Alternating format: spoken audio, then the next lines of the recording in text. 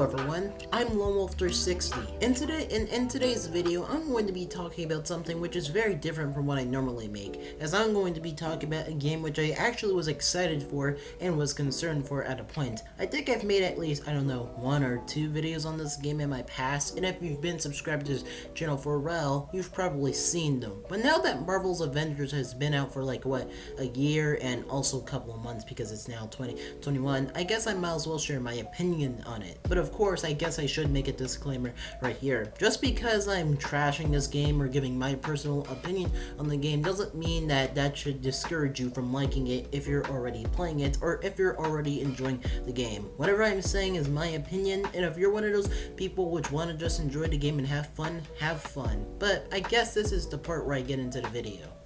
Now you're probably wondering, what type of game is Marvel's Avengers exactly? And I'm about to explain it to you. Now to be short, it's basically a looter, brawler, live service type of game. Or to make it simple, it's like Destiny, but instead of just shooting at aliens and then just multiple entities you just shoot at, or matter of fact, you just punch a bunch of robots. And as cool as it is for all the characters to have their own uniques, movesets and skill trees and all that, unfortunately the game suffers because guess what? You're just going to be fighting the same robots again and again. And it really feels like there's no real incentive to really try anything else, because why waste your time trying to do all these combos on enemies or just one specific enemy when, I don't know, you could be dealing with the other 20 robots which are trying to swarm you and your friends so you could just get to the next mission objective. And of course, talking about mission objectives, I guess I might as well just talk about the game's level structure, which honestly has to be one of the most bland and boring places which I've ever seen. Now, normally when you think of Marvel's Avengers or just Avengers, you think of them fighting in some of the most cool places ever, or going through some pretty unique scenarios which aren't commonly seen, right?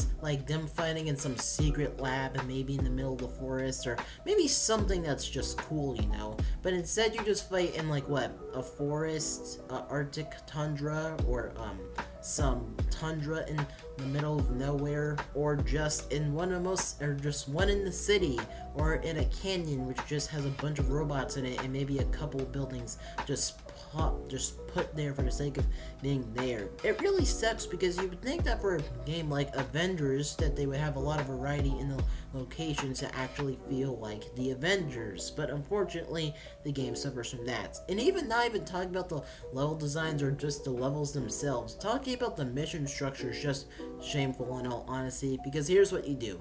You go in the Quinjet, you go out the Quinjet, and you run around in whatever location which you're in until you come across a couple of robots.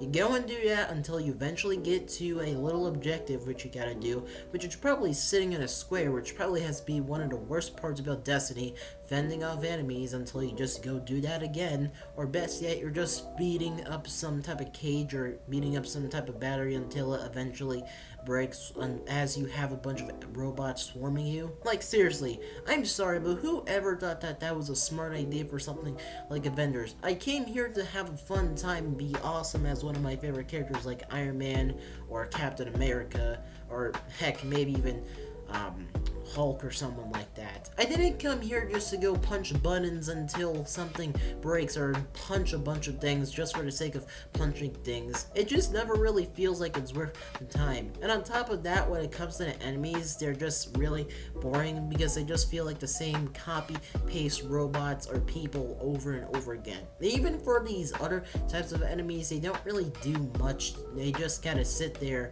as you punch them. And yes, they can stagger you and do stuff like that, but it's not really interesting in the first place. And the game, once again, suffers from stuff like that because you have characters like Hulk, or you have the ultimate move from characters like Iron Man, which is able to use the Hulk Buster as he punches these mech-like guys. But unfortunately, because the game is live service, you can't just do something cool like maybe pick up these guys or pull them out of their little mech thing. So instead, you just punch them and they stagger there for a couple of minutes as you use up that time that you're in the Hulk Buster until you have to go get out and continue continue punching or shooting at this thing. Once again, it's a shame. And also another thing I want to mention. So you know how Marvel's Avengers are known for fighting supervillains and stuff like that? And you would think that once again, since this is a game where the Avengers all have split up and the world has kind of gone to shit and they have to go save the world again from the bad guys, that there would be a lot of villains on the loose and stuff like that, because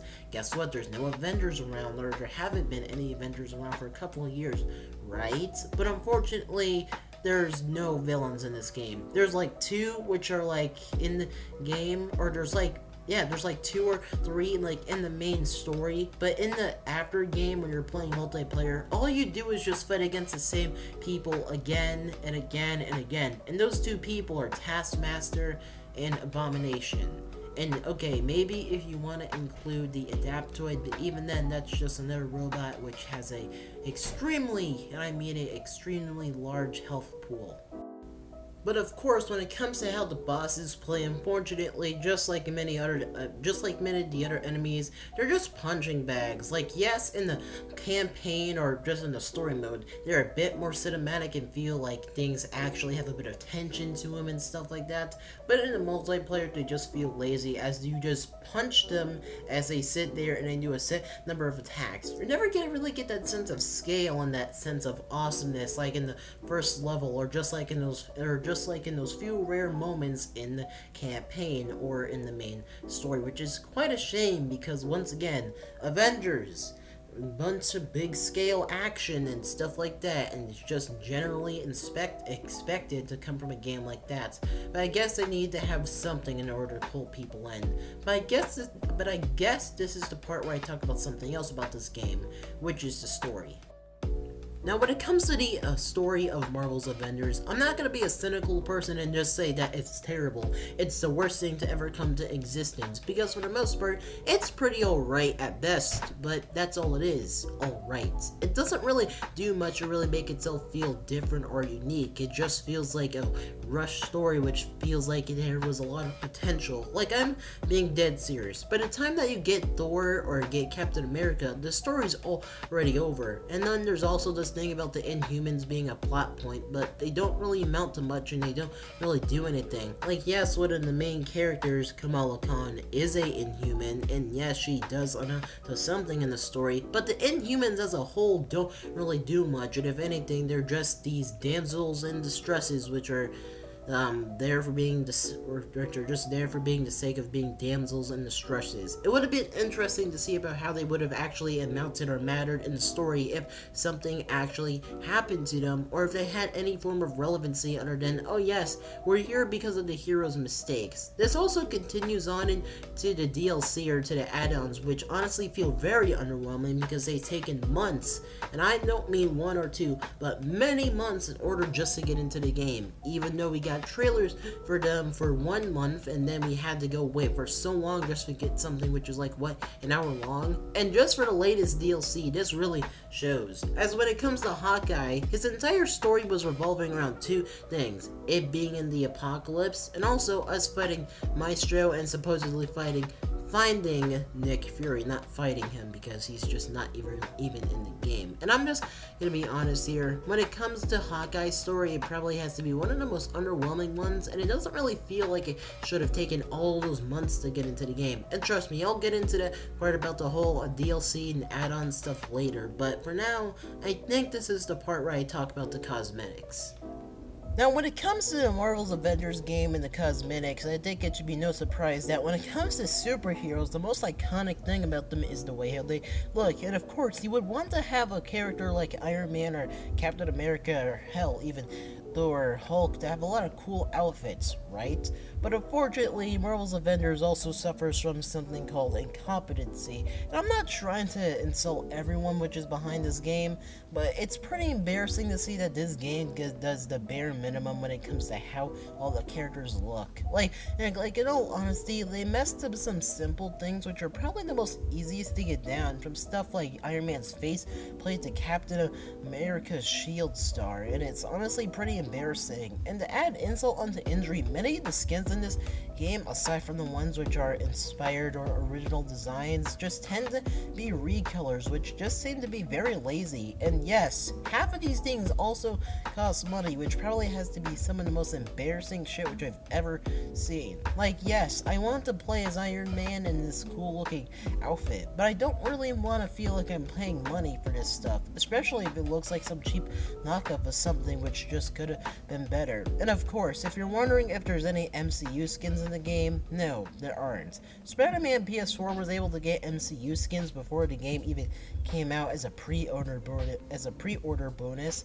It is something that you could still unlock in-game if you didn't even pre-order it. But at the end of the day, Marvel's Avengers takes several months to not even get the MCU skins in the game. And it's ironic because there's so many games which have managed to put these MCU skins in there, and those are just mobile games a lot of the time, while a AAA console and PC game could barely manage to maintain something as simple as that, which is in all honesty the most embarrassing thing which I've ever seen from someone like Crystal Dynamics.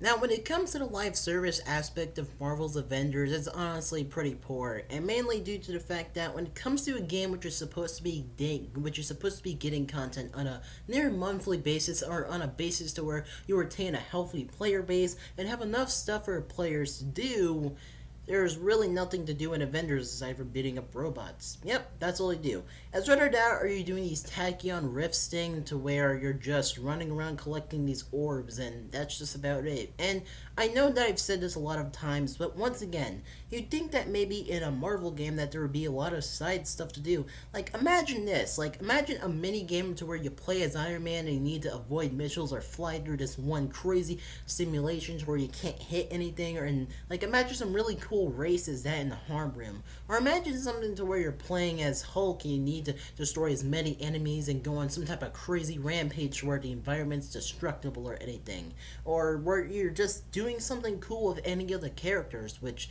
you'd think would be possible, but it just isn't there already. And I know that they're adding more and more content into the game, but there's no release date for it, so why should I really want to care for the many months which are to come just to try and get something which should have already been in the game to begin with, like patrol mode, where I'm just going around collecting missions and exploring the world and stuff like that, which I don't know, guys, but should have already been in the game, of course. And I know that there's been many people which have been saying that, okay, guys, but Marvel's Avengers has potential to be a good game.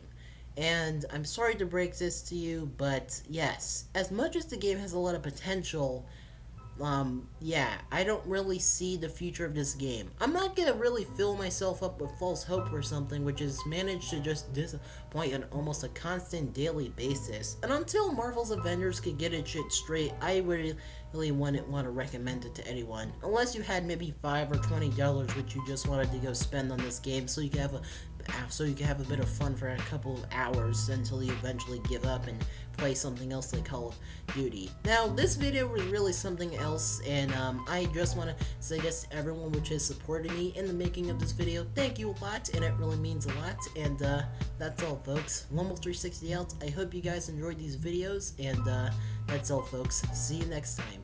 Later.